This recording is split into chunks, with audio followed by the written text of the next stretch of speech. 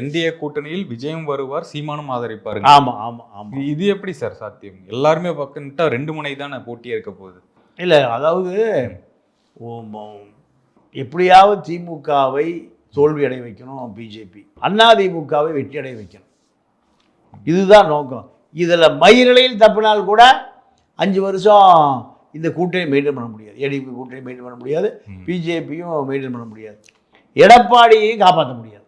ஏன்னா பல எதிரிகள் எடப்பாடிக்கு. வேலுமணியே முதலமைச்சர் நாற்காலிக்கு குழி பறித்து கொண்டு இருக்கிறார்.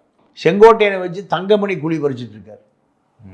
எடப்பாடி நாற்காலிக்கு அவ்வளோ ஆபத்து. திமுக ஒரு பக்கம் ஆபத்து, பிஜேபி ஒரு பக்கம்.